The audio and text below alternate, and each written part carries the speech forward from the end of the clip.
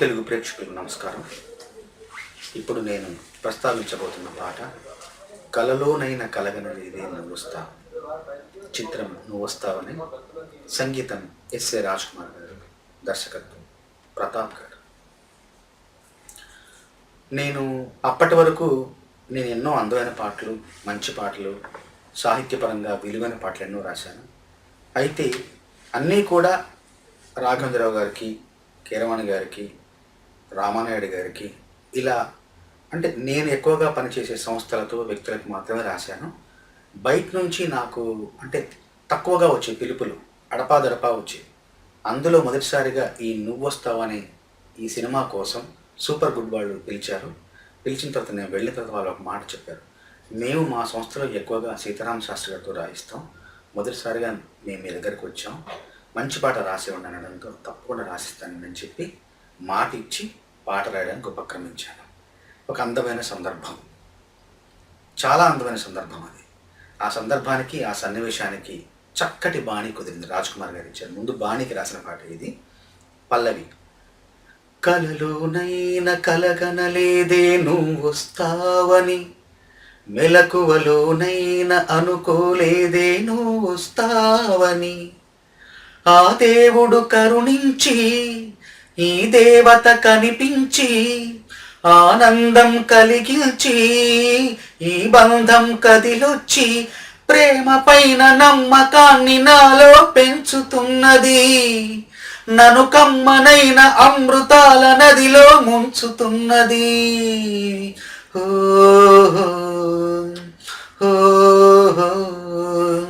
కలలోనైనా కలగనలేదే నువ్వొస్తావని, మెలకువలోనైనా అనుకోలేదే నువ్వొస్తావని.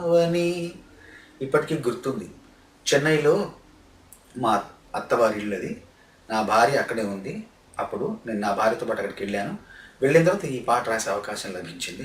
రాత్రి ఇంట్లో ఉంటే ఇబ్బంది అవుతున్నప్పుడు మా బాబు పుట్టాడనమాట. వాడికి అప్పుడే ఒక 2-3 నెలలు అనమాట. ఆ వయసులో ఇంట్లో ఉంటే ఇబ్బంది అవుతుంది బాబుకి, భార్యకి అని చెప్పేసి రోహిణి ఇంటర్నేషనల్ ఒక హోటల్లో ఒక రూమ్ తీసుకున్నాను. వాళ్ళే ఇచ్చారు, నిర్మాత వాళ్ళు. అక్కడ కూర్చొని రాస్తున్నాను ఈ పాట.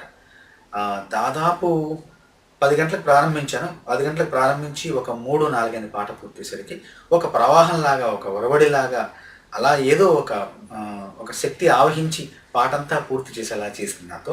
పల్లవి పూర్తయిన తర్వాత చరణం మొదలెట్టినప్పుడు అందులో అంటే మనం కొన్నిసార్లు హీరో ఎవరు, హీరోయిన్ ఎవరు, కథానాయకుడు ఎవరు, కథానాయకు ఎవరు అనే విషయాలన్నీ తెలుసుకోవడం వల్ల పాటలోకి, లోతుల్లోకి ఇంకా ఎక్కువగా వెళ్ళే అవకాశం, ఆస్కారం ఉంటుంది కదా. అప్పుడు నాకు ఒక విషయం గుర్తొచ్చింది.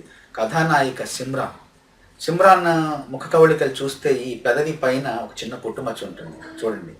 అప్పుడు చరణం రాయడానికి ఉపక్రమించాను.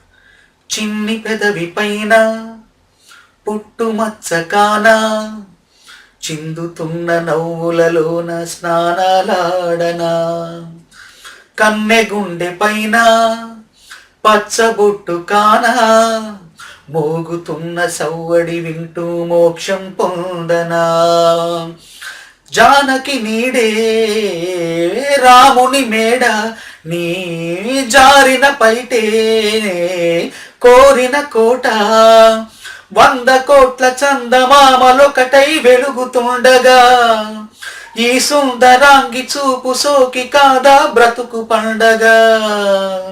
ఓహో కలలోనైనా కలగనలేదే నువ్వొస్తావని, మెలకువలోనైనా అనుకోలేదే నువ్వొస్తావని. రెండో చరణం. కాళిదాసునేనై కవిత రాసుకోనా, కాలిగోటి అంచుల పైన హృదయం ఉంచనా. కాలిగోటి అంచుల పైన మామూలుగా ఎవరైనా చేతికిస్తాం, నీ మధ్యలో పెడతాం, నీ ముందు పెడతాం అంటుంటారు. కానీ నేను ఇంకా కొంచెం ముందుకు వెళ్ళి కాలిగోటి అంచుల పైన హృదయం ఉంచనా అంటే, ఒక కాలిగోటి అంచుల పైన హృదయం ఉంచనా అంటే ఇంకా ఎవరు కరగరు చెప్పండి? ఏ అమ్మాయి కరగదు? ఏ అమ్మాయి మనల్ని అనుగ్రహించదు? భామదాసునేనై ప్రేమ కోసుకోనా, బంతి పూల హారాలేసి ఆరాధించనా, నా చెలి నామం తారక మంత్రం, చక్కని రూపం జక్కన శిల్పం, తెలుగు భాషలోన వేల పదములు కరుగుతున్నవి, నా వలపు భాషలోన చెలియ పదమే మిగిలి ఉన్నది.